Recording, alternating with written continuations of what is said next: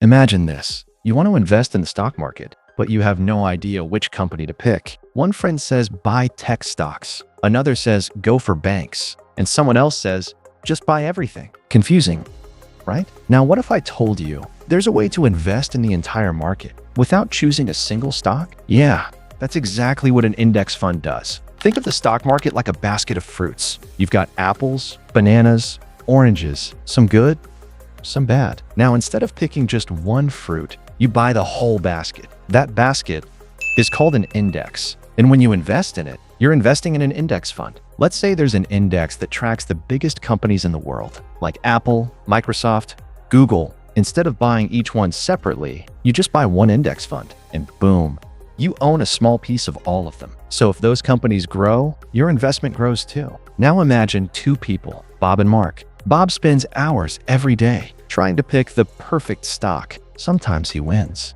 but many times he loses. Mark does something different. He doesn't try to be smart. He just invests in an index fund every month, consistently. Years pass. Bob is stressed, always watching charts, while Mark, he's just chilling, letting the market grow. And here's the interesting part. Over time, Mark often ends up with better results because instead of betting on one company, you're betting on the entire market. And historically, the market tends to go up over time. Here's why people love index funds. You don't need to pick stocks. It's less risky than buying one company. It's simple.